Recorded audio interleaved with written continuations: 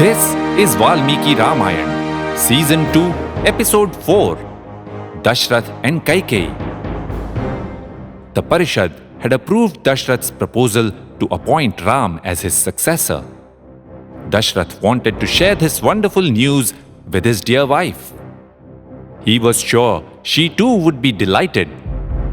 After a successful day in court, the great king was charged up and looking forward to an evening of pleasure with his queen.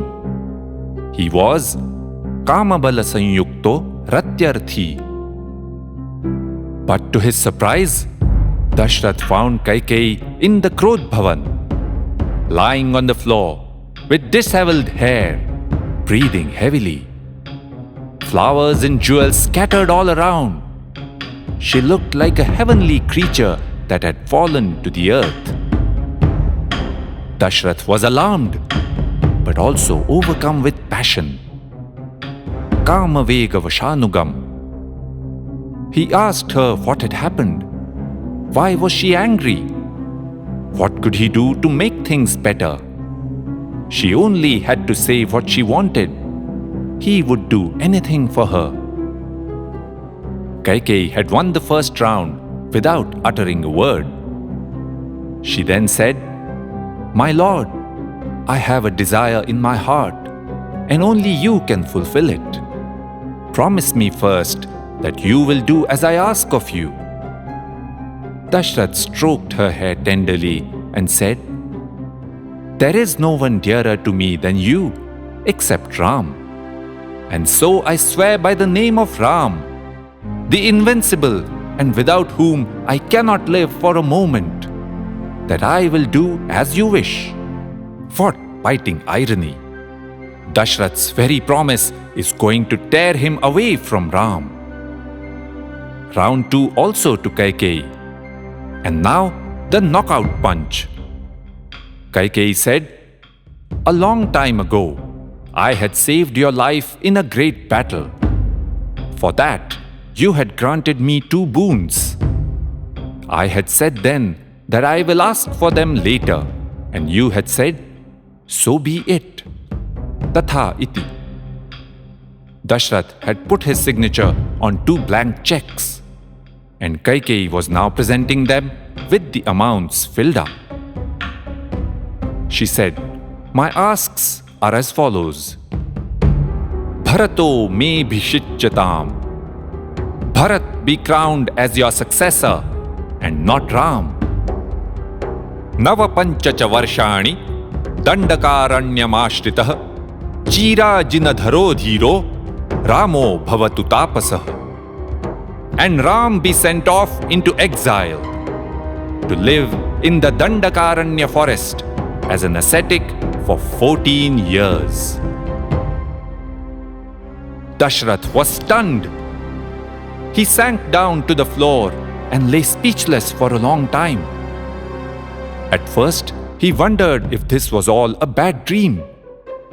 And then he was overcome by wave upon wave of anger, grief, incomprehension, despair.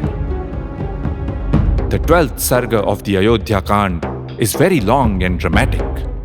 In this, Valmiki has described Dashrath's emotional turmoil and how he tried to change Kaikeyi's mind.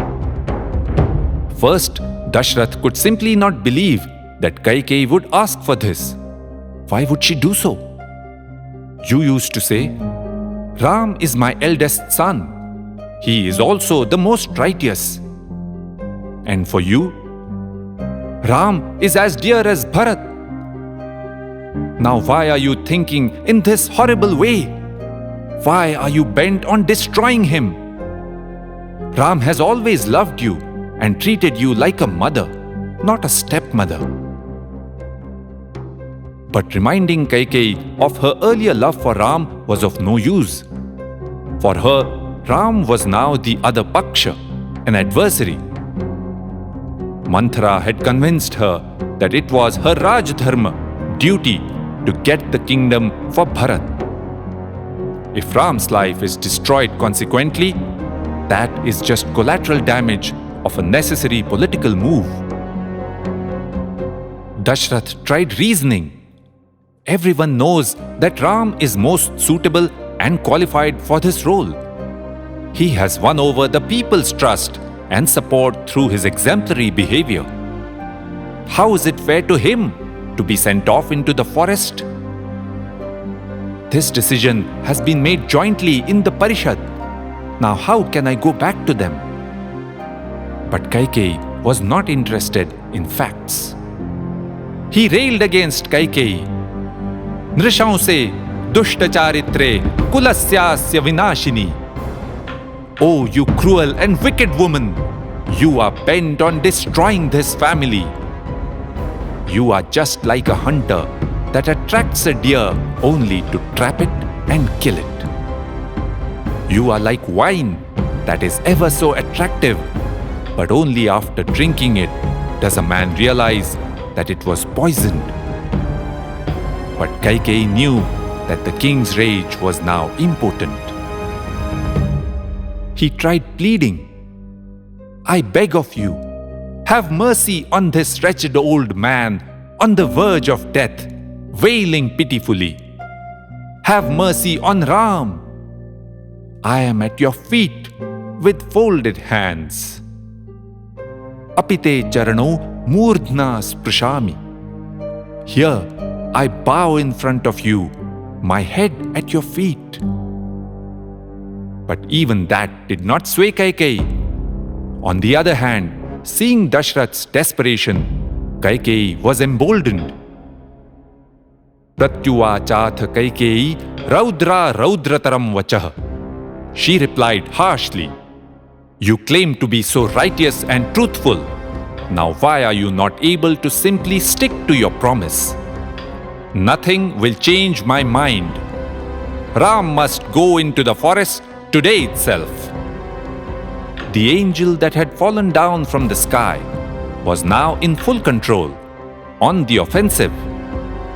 She further went on to give him a long lecture in Dharma and Satya. The villain talking about the highest virtues. Satyam ekapadam brahma, satye dharma pratishtitah. The evening turned into a long night. Dashrath shuddered at the thought of what the Vanvas, 14 years in the forest, would mean for Ram. And for Sita too. He could not bear to see her sorrow. Hours ticked by. It was almost daybreak now. The great king lay slumped on the ground like a giant tree that had been hacked and felled. He was trapped. There was nothing he could do. And he had no doubt. Ram would surely uphold his father's word, the king's promise. Iti her asa. That is how it happened.